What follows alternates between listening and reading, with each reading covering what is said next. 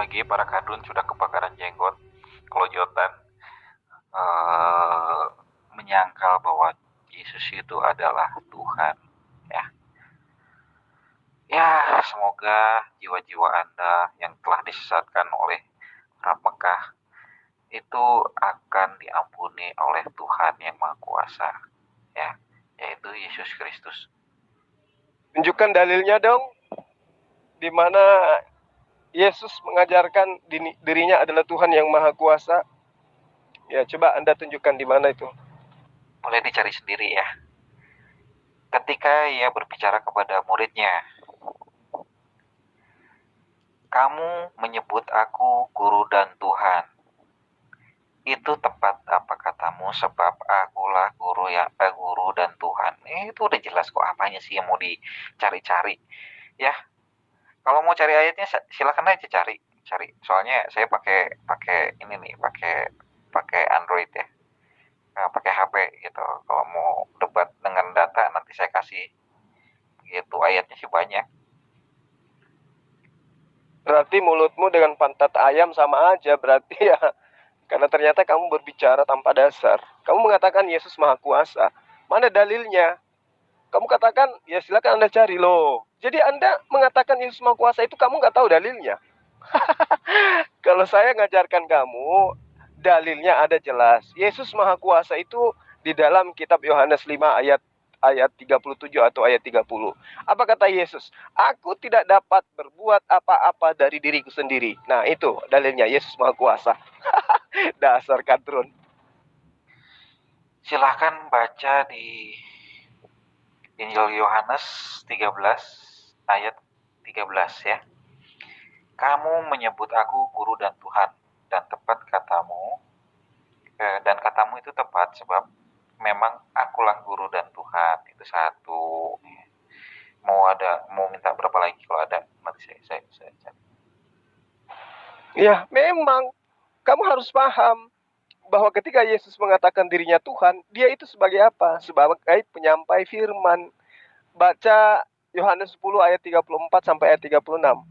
Bukankah di dalam kitab Tauratmu dikatakan bahwa siapapun yang diserahi tugas untuk menyampaikan firman maka dia adalah Tuhan? Ayo. Nah, apakah Tuhan dalam arti kata yang sebenarnya? Tidak. Yesus mengatakan bahwa Tuhan itu cuma satu.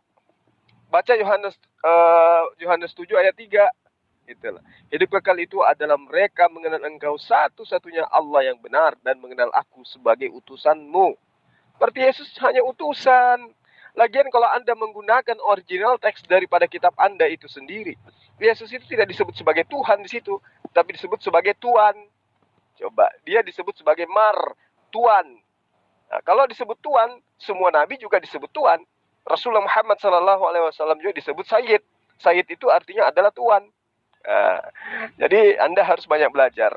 Kalau Yesus itu adalah Tuhan sang pencipta alam semesta, nah itu baru namanya Anda ngibul. Karena Yesus sendiri mengatakan dirinya tidak dapat berbuat apa-apa dari dirinya sendiri. Bahkan berkata pun, Yesus bukan berasal dari dirinya sendiri, tetapi dari Tuhannya yang mengutus dia. Begitu kawan.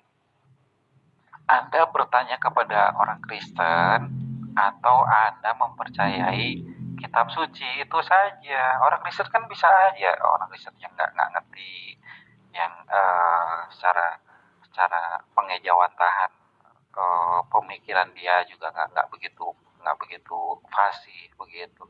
Yang harus Anda percayai itu adalah firman Tuhan. Dan Tuhan telah menyatakannya bahwa firman Tuhan itu telah menjadi manusia, yaitu Yesus Kristus.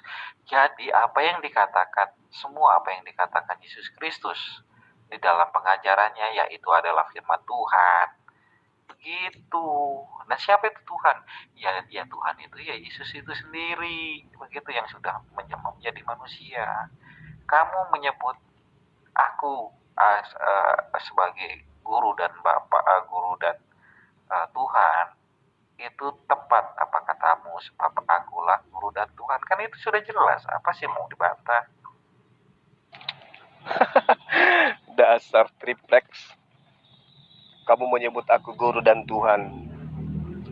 Tuhan itu Sayyid, Adonai, atau Mar. dalam arti kata junjungan, tetapi bukan sang pencipta alam semesta. Ya, kesalahan fatal orang Kristen itu karena melahap habis ya kitab buatan Lai.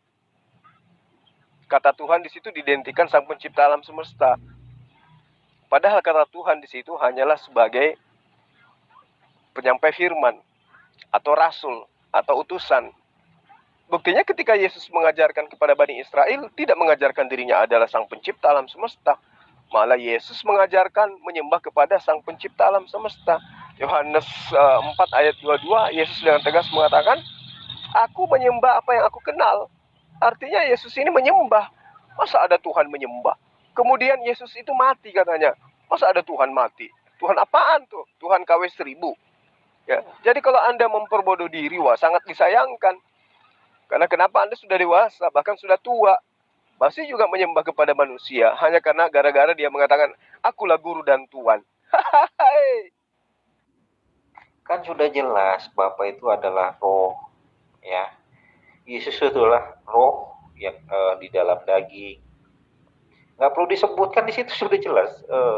Manusia hidup tanpa roh itu nggak bisa. Jadi makanya nggak perlu dijelaskan, yang sebab kalau ada manusia pasti ada rohnya.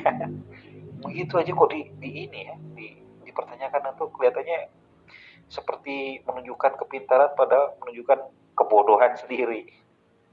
Bapa itu adalah roh. Maksudnya apaan ini? Ya, sementara di ayat lain dikatakan Bapa itu adalah gunung batu. Bapa itu adalah api.